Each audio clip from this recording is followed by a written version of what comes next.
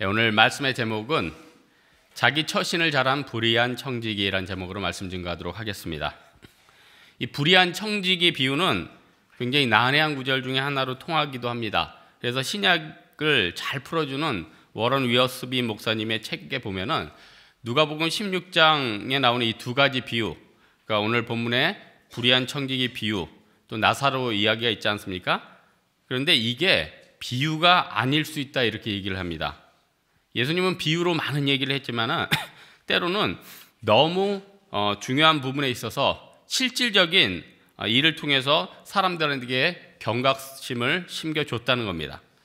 이 이야기가 실제 있었던 이야기든지 비유이었든지 사실 큰 상관은 없습니다. 왜냐하면 현대를 살아가는 우리들에게 이 영적인 가치는 이 동일하기 때문에 그렇습니다. 오늘 본문에 부자가 누구냐, 청지기가 누구냐, 실제로 그 당시에 살았던 대지주일 수가 있고 당시에 보편화됐던 소작인의 비유라고 얘기를 해도 됩니다. 근데 많은 신학자들은 오늘 본문의 난해한 구절을 통해서 이렇게 해석을 하고 이걸 어떤 부분에서 상징을 이야기한다 이렇게 얘기를 하기를 좋아합니다. 그러니까 부자는요, 돈신, 만몬신이라는 겁니다. 또 때로는 마귀라고도 얘기를 합니다. 또 어떤 사람은 로마인이다 이렇게 얘기를 하기도 합니다. 반면에 불의한 청지기는 누구인가? 불의한 청지기인데 어떻게 보면은 우리 세상을 살아가는 우리 성도들을 뜻한다. 그러니까 이 부자는 만몬이고 돈신이고 세상을 주관하는 어떤 세력이고, 불의한 청지기는 이 각박한 시대를 아둥바둥 살아가는 우리들일 수 있다 이렇게 뜻한다는 겁니다. 그래서 어떤 고난과 어떤 힘든 상황에서도 어떻게 사는 것이 지혜인가, 이게 본문의 핵심이라는 거예요. 그러니까 여러분, 오늘 본문을 우리가 불의한 청지기를 우리 자신이라고 보면은 우리 불의한 청지기는 우리들이 이 힘든 세상에서 위기 가운데서 처신을 잘 했기 때문에 예수님께도 칭찬받고 세상에서도 승리할 수 있다, 또 영원한 복을 얻는다 이렇게 해석을 해야 됩니다. 근데 이거를 그런 관점을 안 보고 이 불의한 청지기가 나다 그렇게 생각하면은 횡령도 하고 또 이걸 피하기 위해서는 이런 방법을 쓰는구나, 잘못하면 이게 성경의 해석이 안 되는 거죠. 그러니까 본문의 핵심은 뭐냐면은 위기의 순간에 성도들은 어떻게 처신을 하는가, 어떻게 세상적인 가치를 천국적인 가치로 바꾸어야 되는가, 여기에 초점을 맞췄다는 겁니다. 오늘 본문의 불의한 청지기의 지혜가 무엇입니까? 이제 주인이 이제 통보했잖아요. 너 이제 잘렸다. 그러니까 어떻게 됩니까? 일단은 잘리고 난 다음에 사람들에게 그때 되면 소문 다 났을 거 아니에요. 저 사람 사기친 사람이다. 그럼 어디 가서 소문나서 취직도 못 하겠죠? 그리고 주인이 그동안 이 불의한 청지기가 이자를 가지고 자기가 다 착복했는데 얘 쫓아내자마자 이자가 2배로 들어오네? 그러면 이거 확실히 증거 잡힌 것 아닙니까? 그래서 이 불의한 청지기가 머리를 딱 쓴 거예요. 빚진 사람들 탕감해줘가지고 인심을 얻어가지고 저 사람들 밑에 나중에 들어가야겠다. 또 하나, 그 사람이 100만 원을 빌려서 매달 2만 원씩 이자를 냈는데 1만 원은 자기가 인마이 포켓하고 1만 원은 주인 줬다. 그러면은 너 5만 원 빌렸다고 써라. 그러면은 자기가 쫓겨난 다음에도 어떻게 되겠어요? 이제 1만 원만 그 사람은 빌렸다 하니까 1만 원의 이자만 내면 되겠죠? 그러니까 주인은 들어오는 돈은 똑같은 거예요. 그 사람 소문과 달리 좀 제대로 일을 하긴 했구나. 주인이 착각하겠죠? 그러니까 보십시오. 가만 생각해 보면은 이 사람이 두 가지, 사람들에게 인심도 없고 또 이자도 줄여가지고 주인의 눈을 2번 속인 것 아닙니까? 어떻게 보면 기가 막힌 거죠. 예수님께서 성도들에게요, 때로는 뱀처럼 지혜롭고 비둘기처럼 순결하라, 이게 무엇을 뜻합니까? 스네이크처럼 세상 벌처럼 날아가지고 나비처럼 이상하네. 새벽이라 헷갈려가지고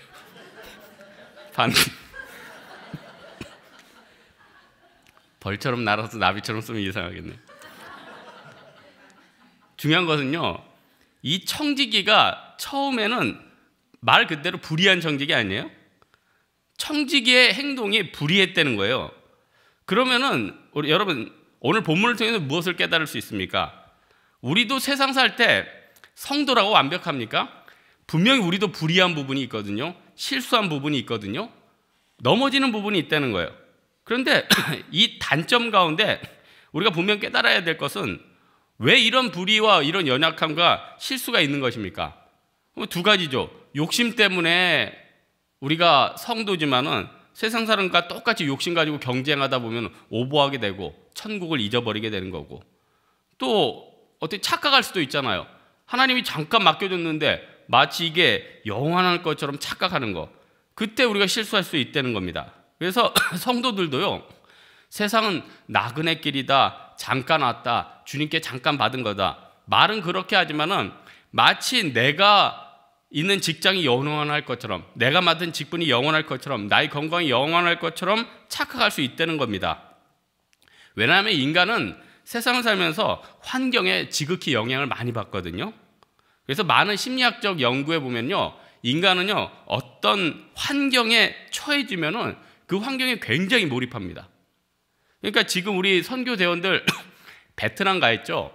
저도 예전에 이제 목사님하고도 베트남 가봤고 베트남 몇 번 가봤는데, 그 예전에는 뭐 베트남 그렇게 물가가 싸잖아요. 그러니까 거기서 뭐 1,000원 주면은 뭐 이만큼 얻을 수 있고 저만큼 살 수 있고 막 그럽니다. 그러면은 사실 지금 우리한테 있어서 1,000원은 그게 큰 돈은 아니잖아요. 뭐 큰 돈이라고 얘기할 수도 있지만은 뭐 커피 한 잔 사기도 힘든 돈 아닙니까? 그런데 한국에서는 1,000원이 그렇게 안 큰데 거기서 그 1,000원 가지고 요만큼 살 수 있고 저만큼 살 수 있다 보면은 그 1,000원 가지고 계속 깎게 돼요. 거의 집착하게 되고, 뭐 2,000원에 얼만큼 샀다, 뭐 3,000원에 얼만큼 샀다. 그러니까 상황에 따라 사람이 속박이 됩니다. 그러니까 우리 학생들은 그렇잖아요. 1년 지나면은 학생들 반이 바뀌고 나를 미워하고 나랑 싫어했던 애들 영원히 남남되는 거 아니에요. 그런데 마치 그 학교 다닐 때는 얘가 내 인생에서 평생 지낼 것처럼 걔 때문에 연연하게 되고, 선생님도 그렇잖아요. 선생님, 우리 선생님 하면서 눈물 흘리고 영원히 선생님하고 같이 지내고 싶어도 다음에 되면 어떻게 돼요? 누구시죠? 하면서 선생님 바뀌니까 거기에 또 자기가 몰입이 되는 거 아니에요? 지금 우리 진도 개편됐지만은 기존에 있던 팀도 있지만 쪼개져 나간 팀도 있는데, 이전에는 간사님과 진장님이 존재가 크게 느껴지지만 이제 새로운 만남과 새로운 교제권에서 그 안에서 생각하게 되는 것 아닙니까? 그러니까 청지기도요, 처음에는 주인이 신뢰해서 맡겼는데 지내다 보니까 뭐 자기가 주인 된 것 같고, 또 어떻게 보면은 또 자기가 조절하면은 돈도 좀 들어오고 그러니까 어떻게 보면은 주인의 소유를 허비한다는 거, 그 상황 가운데 어떻게 보면은 이 불의한 척이가 몰입이 된 겁니다. 잠언에 보면 종에게 잘해주면 나중에 그가 주인의 아들인 척 하리라. 그러니까 인간은 다 그렇습니다. 그러니까 어떤 사람을 잘해주고 또 여기에서 뭐 자기가 어떤 직분 위에 있다 그러면은 잘해주는 것도 조절을 해야 됩니다. 그리고 우리 자녀들도 잘해주는 걸 조절을 해야지, 안 그러면은 착각한다는 거예요. 다 이렇구나, 내가 받는 유익이 마땅히 오는구나. 사실 그 부모님이 그냥 피땀 흘려가지고 세워주는 건데, 이 주인이요 가만히 이 종을 보니까 이거 안 되겠어요. 그래서 오늘 본문의 2절을 보니까 내 보던 일을 세마라. 무슨 말입니까? 네가 지금까지 해오던 모든 사물을 청산해가지고 너 다른 사람한테 넘겨줘라. 그러니까 자리 너 빼앗겠다. 한마디로 이게 해고 통보죠. 그래서 우리 하나님께서요, 우리 성도들이 너무 세상에서 천년만년 살 것처럼 생각하면은 가끔 빼앗습니다. 돈 줬더니 이걸 잠깐 맡아서 하나님 영광 돌리겠다, 이게 아니라 이것으로 넉넉히 내 인생의 노후를 준비하리라. 또 이 직분으로 내가 많은 영향력을 끼치리라. 그거 어떻게 보면은 10년 지나고 또 20년 지나고 30년 지나고 어떻게 보면 다 사라지는 것들 아닙니까?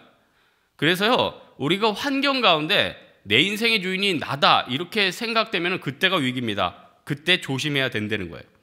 그래서 누가복음 오늘 본문 다음 장에 보면은 17장에 우리 인간들의 속성을 이렇게 얘기하잖아요. 17장 26절부터 쭉 보면은 노아의 때에는 방주에 들어가기 전까지 사람들이 어땠느냐, 장가 들고 시집가고 뭐 또 생활하고 먹고 마셨다. 그 후에 갑자기 다 멸망했다. 또 롯의 때는 어떻게 했느냐, 사람들이 먹고 마시고 사고 팔았다. 심지어 집을 지었다. 근데 어떻게 됐느냐, 하늘에서 불과 유황이 비 오듯 왔다. 똑같은 거 아니에요? 우리가 세상 살 때는요, 마치 영원할 것처럼, 그게 굉장히 착각이라는 겁니다. 그래서 우리 하나님 앞에서 내가 모든 것은 임시직입니다. 모든 물건도 임시로 맡겨준 거예요. 그럼 이런 착각 때문에 우리가 이런 연약함에 넘어질 수 있다면 반면에 이 청지기가 불의한 청지기인데도 장점이 있었습니다. 칭찬받았을 수 있는 부분이 있었다는 거예요. 그게 무엇입니까? 자기 자신의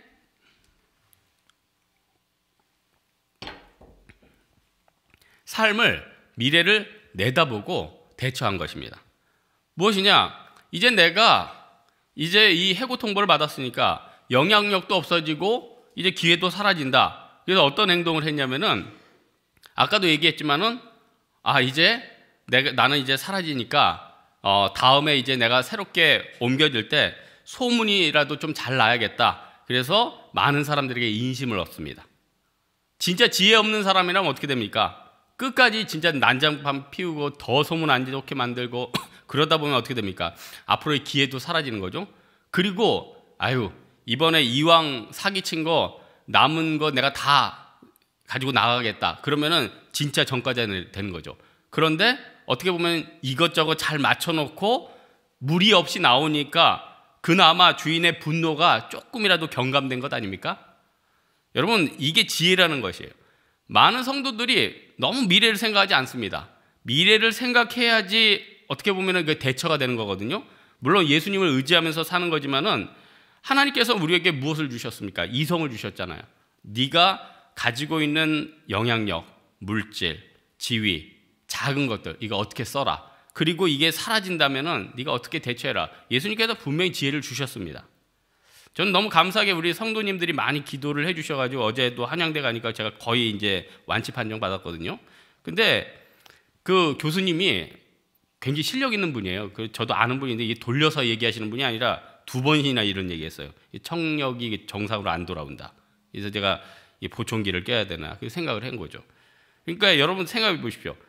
자기가 한쪽만 안 들려도 이게 말을 할 수가 없어요. 어떤 사람은 아이고 잘 들리네. 나 이렇게도 살겠다. 여러분 사람은요 뼈로도 듣습니다. 그래서 골도 이어폰이 있는 거예요.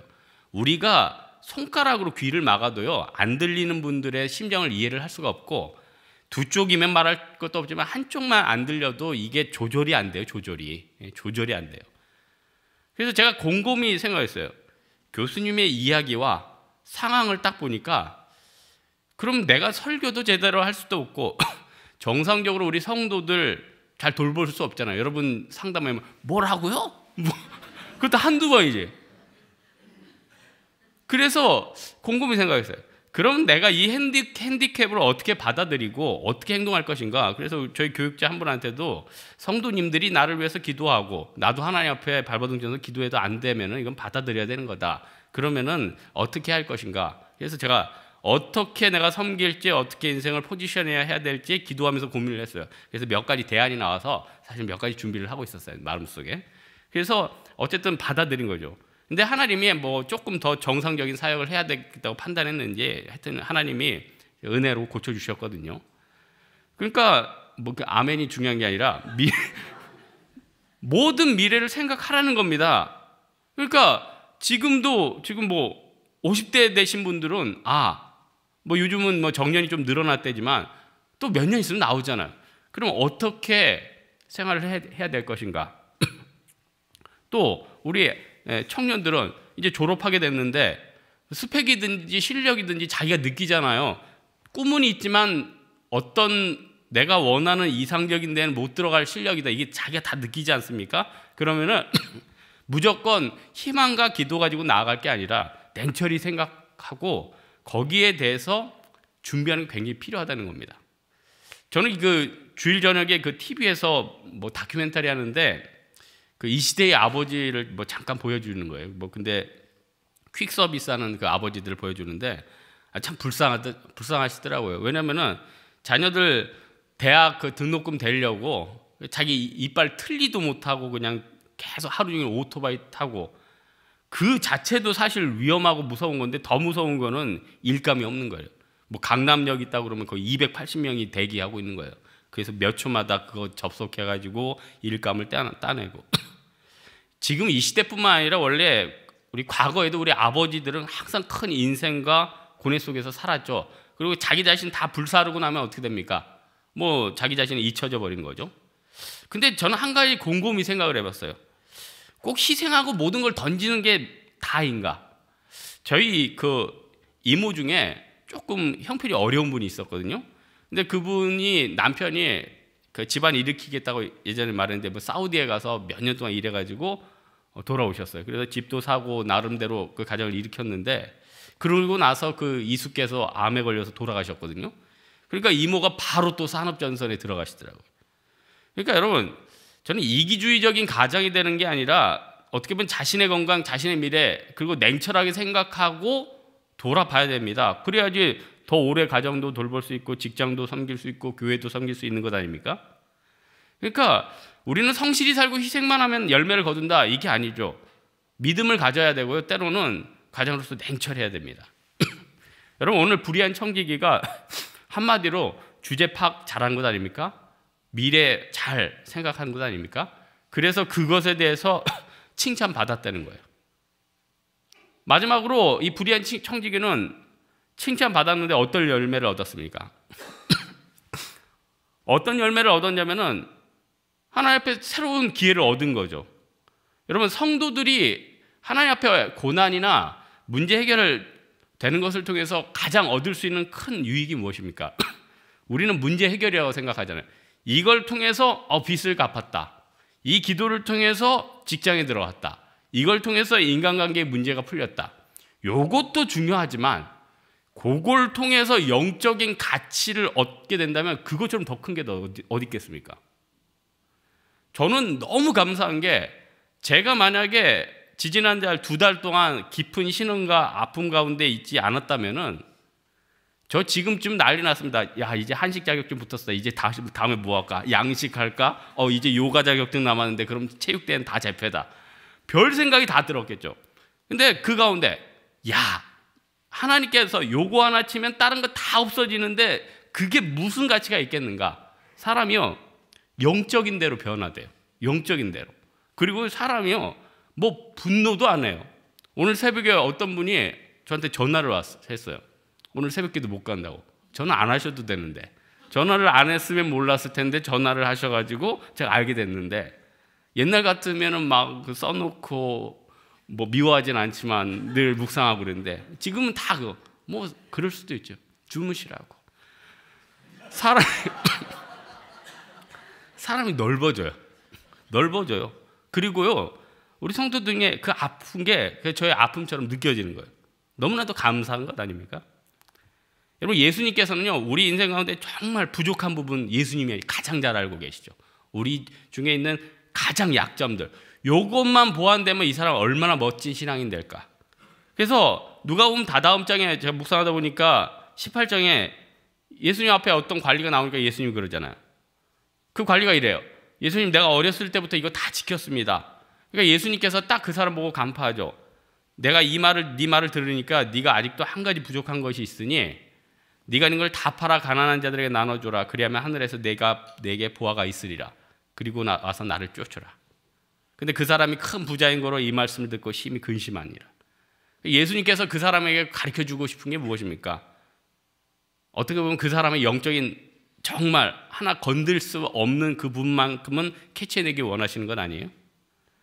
여러분, 우리가 예수님 앞에 얻는 가장 귀중한 게 뭡니까? 우리는 성화나 믿음의 변화, 물론 믿음의 변화, 어떨 때는 문제 해결을 이 믿음의 변화와 나의 신앙이 깊어진 것보다 더 크게 생각한다는 거예요. 여러분, 우리 내면의 변화를 놓고 정말 한번 기도해 봤습니까? 하나님, 나 예수님 앞에 정말 깊어지기 원합니다. 진짜 정결해지기 원합니다. 내 삶이 깨끗해지기 원합니다. 기도해 보십시오. 정말 그런 기도 바로 응답돼요. 하나님, 나 정결해지기 원합니다. 바로 귀 안 들립니다. 그리고 하나님, 내가 진짜 하나님 앞에 헌신하기 원합니다. 바로 눈 안 보입니다. 그럼으로써 더 깊은 영적인 세계에 내 자신이 들어가게 된다는 겁니다. 여기 16장 9절에 보면 불의의 재물, 이는 부정직하게 얻는 재물이 아니라 하늘의 보화와 반대되는 세상의 재물을 가리키는 거거든요. 세상의 불의한 재물을 팔아서라도 영적인 가치를 얻으려는 거예요.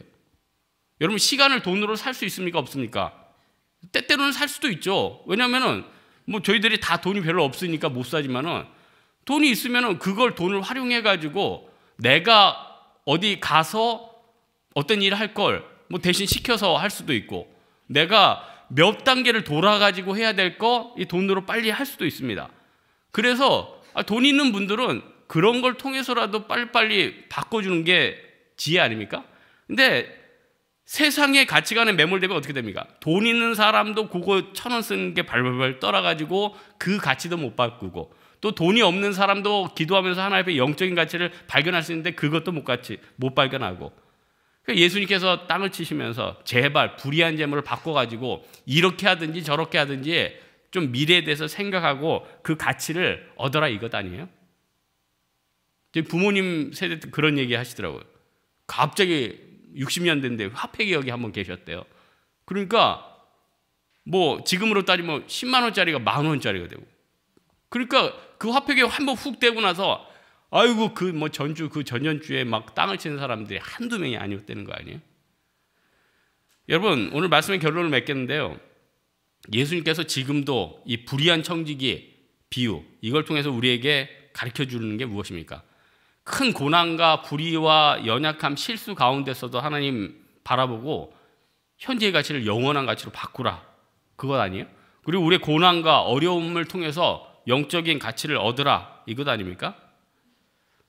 여러분 우리가 하나님 앞에서 믿음 가운데 늘 신앙생활 할 때 실수도 있고 연약함도 있지만은 이 불의한 청지기처럼 자기가 자기의 그 위치와 상황에서 하나님 앞에 믿음으로 구하고 믿음으로 대처하는 그런 신앙적인 지혜가 우리에게 있어서 예수님 앞에 칭찬받고 우리의 삶도 하나님 앞에 드려지기를 예수님의 이름으로 축원합니다. 이제 우리 하나님 앞에 각자 기도하다 돌아갈 텐데 이제 우리 하나님 앞에 기도할 때 하나님 이 불의한 청지기 죄도 있고 연약함도 있지만 그 가운데서 영광의 하나님 바라보게 되고 영원한 가치를 얻었던 것처럼 우리의 고난과 고통 가운데서도 영원한 가치를 발견할 수 있는 우리 될 수 있도록 우리 하나님 앞에 기도하도록 하겠습니다. 기도하겠습니다.